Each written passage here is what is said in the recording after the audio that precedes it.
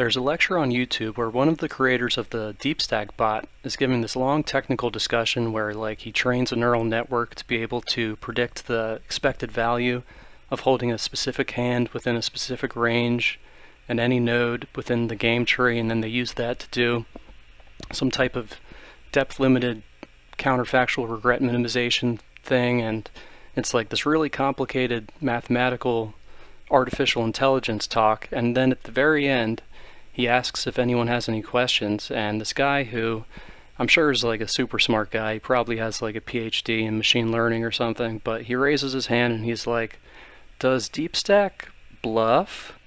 And if you know anything about poker, you know that that's kind of a ridiculous question. And so I think what I want to do before I go any further is just a bit of a poker 101 for anyone who might be coming from more of a AI background, or even if you do know poker, you might benefit from looking at some of the stuff again. And then I want to look at the output of the Ace King Queen solver that I pointed you to at the end of the last video, and I just want to look at some of the actual strategy outputs that it's giving and see if we can make sense of it within the context of just some simple poker theory.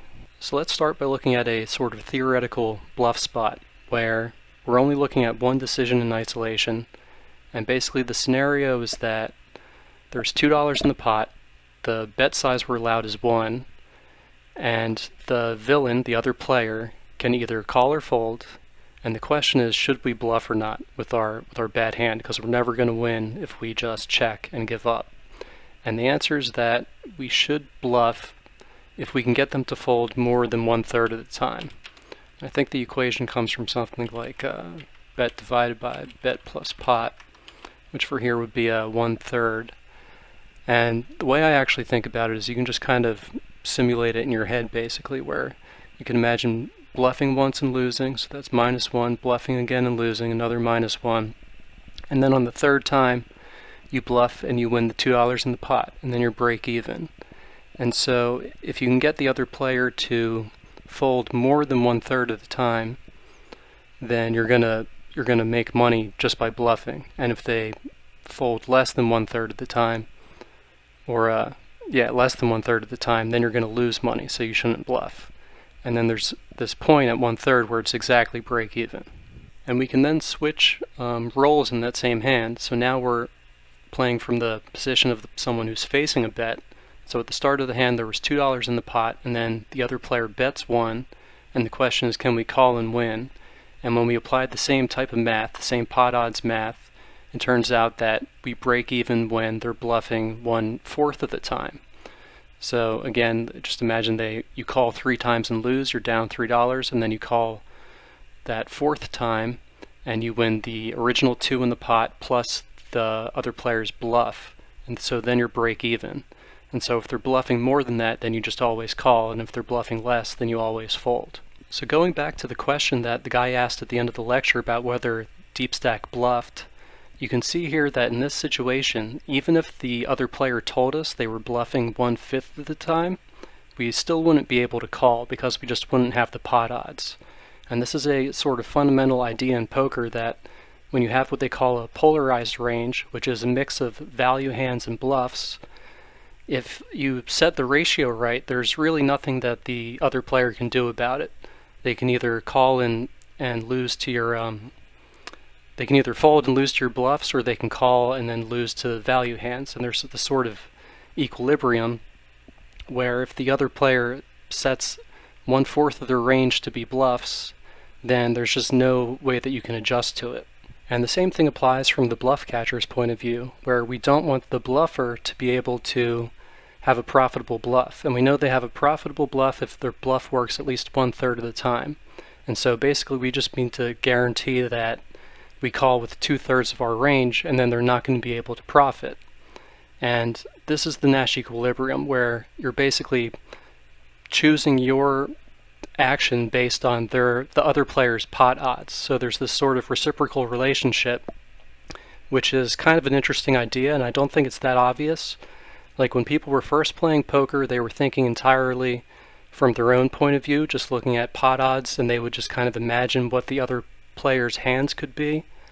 and then they would choose whether to bet or to bluff based on whether they thought the other player was going to fold. I think that's the most obvious way to think about poker.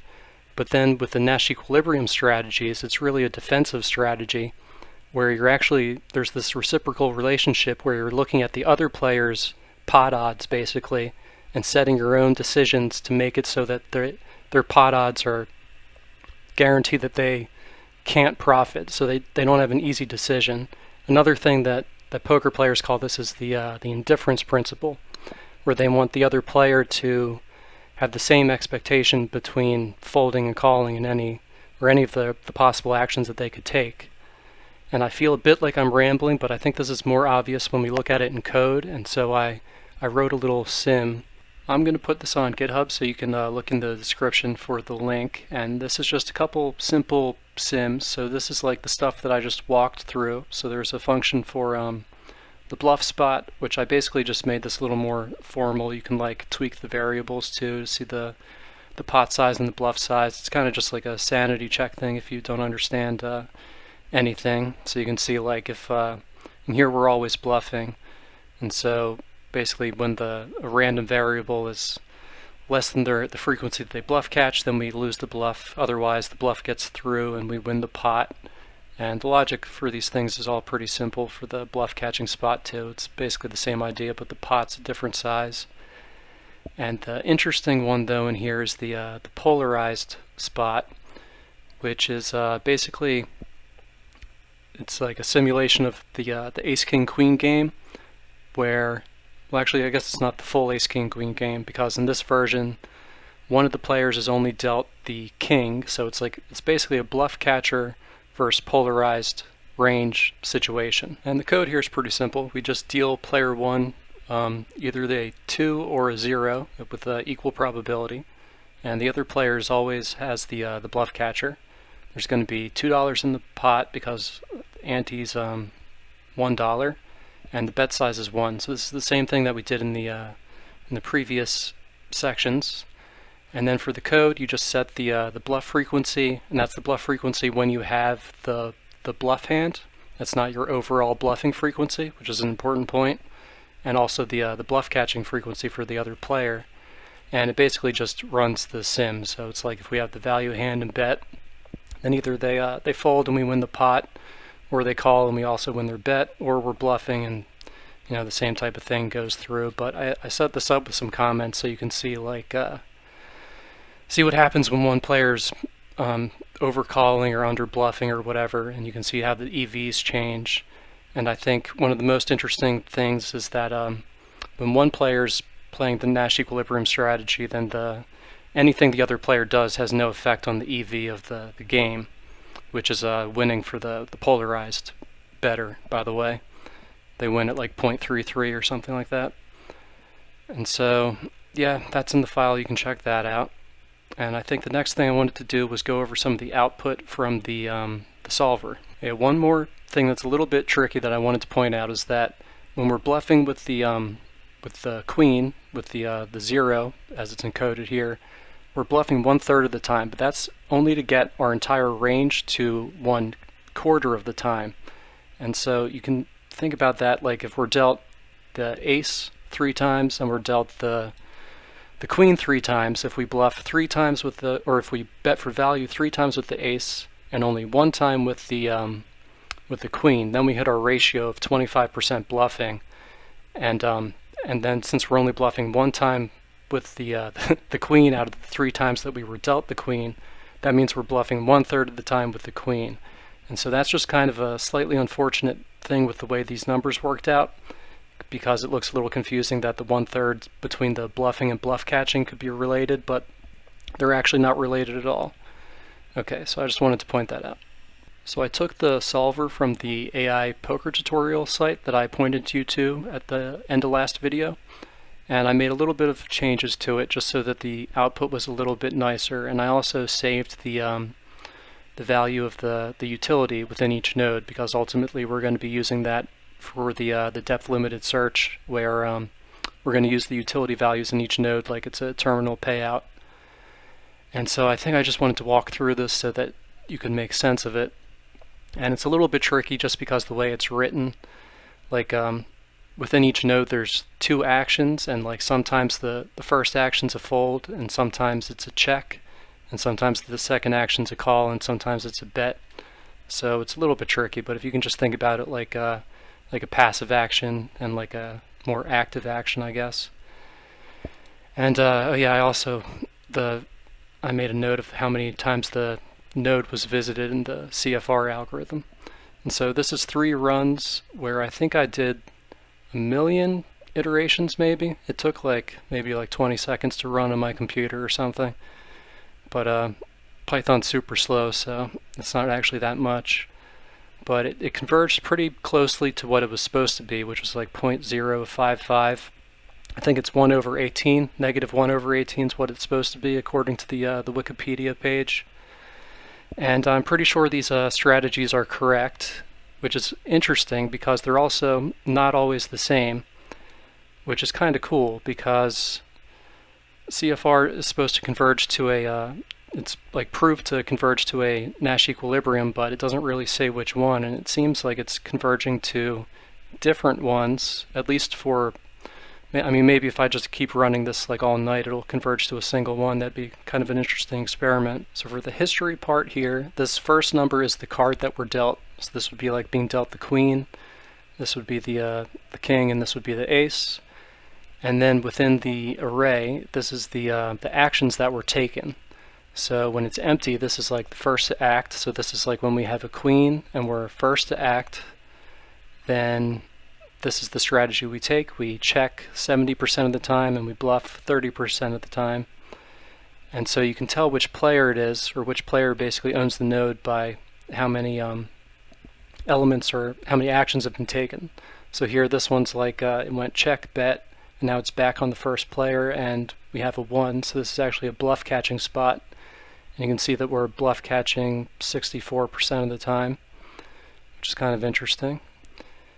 And yeah, so that's how it works. So let's just walk through a couple more examples. So this is when we have an ace, and we check, and then the other player bets. We have the best hand, so obviously we're going to call 100% of the time. And let's do one more. So let's look at a bluffing spot. So this is when we have the worst hand and they bet into us. We're just going to fold 100% of the time, so that's what we would expect. And what's a more interesting one?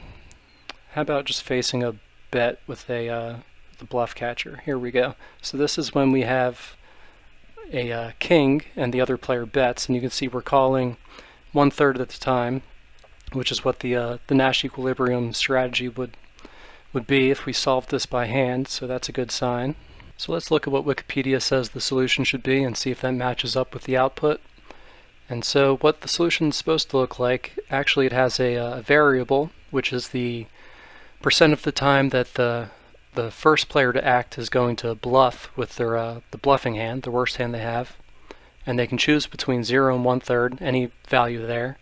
And then whatever that variable is, alpha, we end up having to bet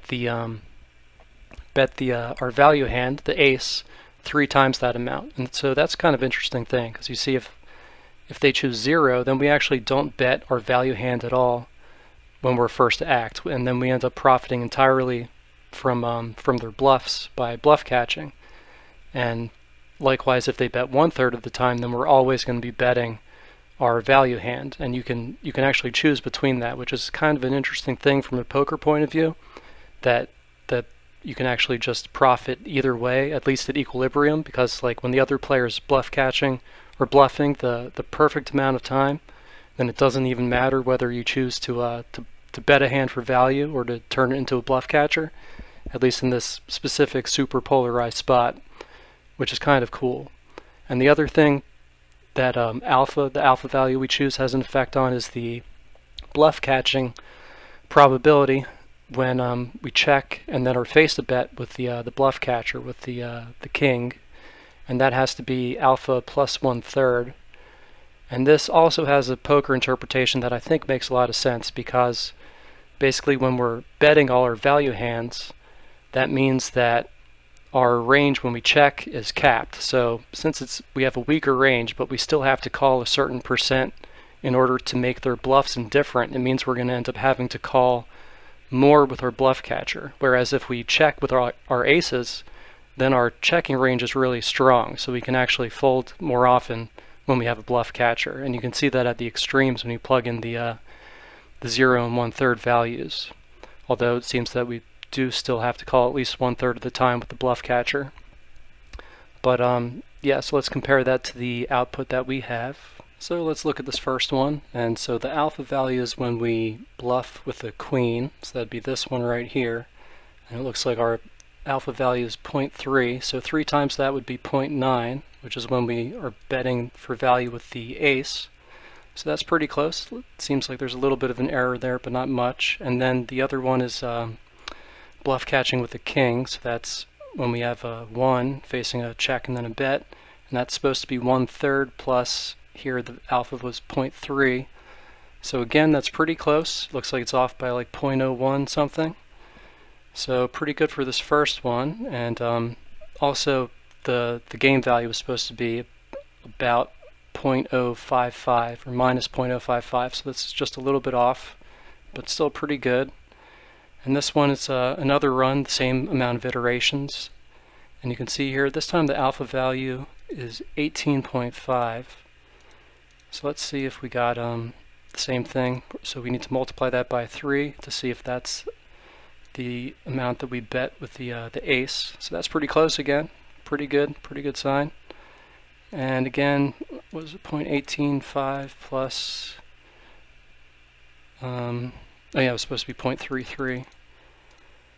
So 0.518, and the answer we had was 0.52, so it's a pretty good sign. I think this thing's actually converging.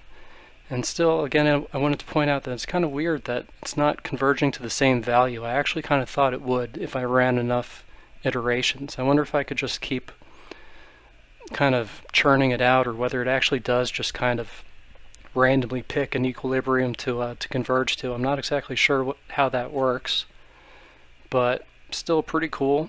And so I guess that's all I wanted to do in this video.